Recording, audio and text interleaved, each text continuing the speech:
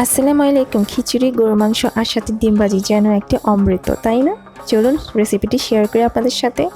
এখানে গরুর মাংস নিয়ে নিয়েছি আমি, আর হলুদ গুঁড়া দিয়ে দিচ্ছি, জিরা গুঁড়া 1 চা চামচের মতো দিয়ে দিয়েছি, আর এরপর ধনিয়া গুঁড়া 1 চা চামচের মতো দিয়ে দিয়েছি আমি, গরম মশলা 1/2 চা চামচ দিয়ে দিয়েছি আমি, আর এরপর লবণ স্বাদ মতো দিয়ে দিয়েছি।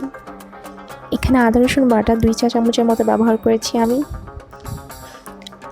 আর এরপর আমি একটা স্পেশাল বিফ মশলা দিচ্ছি, যেটা আমার আম্মুর হাতে বানানো, আমি কখনো নেক্সট শেয়ার করব। আর এখানে সরিষার তেল দিয়ে দিচ্ছি 3 টেবিল চামচের মতো, তেলটা একটু পরিমাণে বেশি দিচ্ছি আমি। আর এখানে পেঁয়াজ কুচি 1 কাপ পরিমাণ দিয়ে দিয়েছি আমি, লাল মরিচ বাটা 1 চা চামচ দিয়ে দিয়েছি, আর হাত দিয়ে ভালো মতো এটাকে একটু মেখে নিব আমি। হাত দিয়ে মেখে গরুর মাংস খেতে তো খুবই দারুণ। আর এরপর এটাকে আমি আস্তে আস্তে রেঁধে নিব। আমি কোনো পানি ব্যবহার করিনি, গরুর মাংস থেকে যে পানি বের হয়েছে এটাতে আমি রেঁধে নিয়েছি। এরপর যখন রান্নাটা শেষ কমপ্লিট তখন। আর এরপর একটি পাতিলে আমি সরিষার তেল দিয়ে দিয়েছি 3 টেবিল চামচের মতো, তারপর গরম মশলা গোটা কিছু ব্যবহার করেছি, এই যেমন তেজপাতা, লং, এলাচ, পেঁয়াজ 1 টেবিল চামচের মতো দিয়ে আমি ভালো মতো নেড়ে নিয়েছি। আর এখানে হলুদ গুঁড়া 1 চা চামচ দিয়ে দিয়েছি, ধনিয়া গুঁড়া, জিরা গুঁড়া 1 চা চামচ দিয়ে দিয়েছি, ধনিয়া গুঁড়া 1 চা চামচ দিয়ে দিয়েছি, আদা রসুন বাটা 2 চা চামচ দিয়ে দিয়েছি। এরপর লাল মরিচ বাটা 1 চা চামচ দিয়ে দিয়েছি আমি, গরম মশলা পেস্ট 1 চা চামচ দিয়ে দিয়েছি, আর কিছু কাঁচামরিচ দিয়ে দিয়েছি আমি। আর এটাকে ভালো মতো একটু নেড়ে নিব, লবণ স্বাদ মতো। খিচুড়ি তো অনেকভাবে বসানো যায়, আমি এভাবে বানিয়ে দেখাচ্ছি, এভাবে খেতেও দারুণ হয়।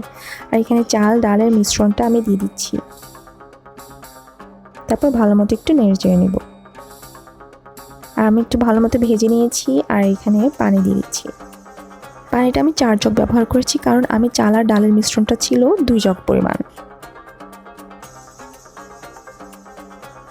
আর এরপর যখন খিচুড়িটা শেষ হয়ে গিয়েছে বানানো তখন।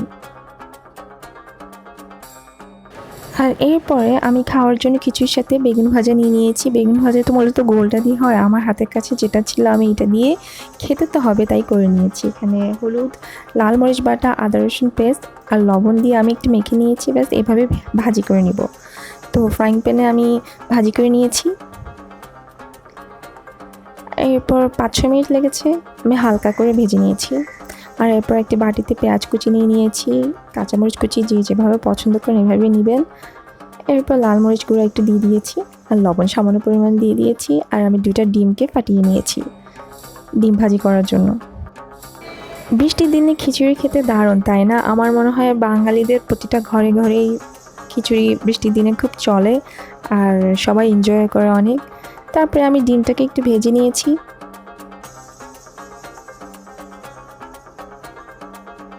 ব্যাস কমপ্লিট, পরিবেশন করে নিয়েছিলাম। আর খেতে তো খুবই অসাধারণ হয়েছে, আপনারা অবশ্যই ট্রাই করবেন এটি বাসায়।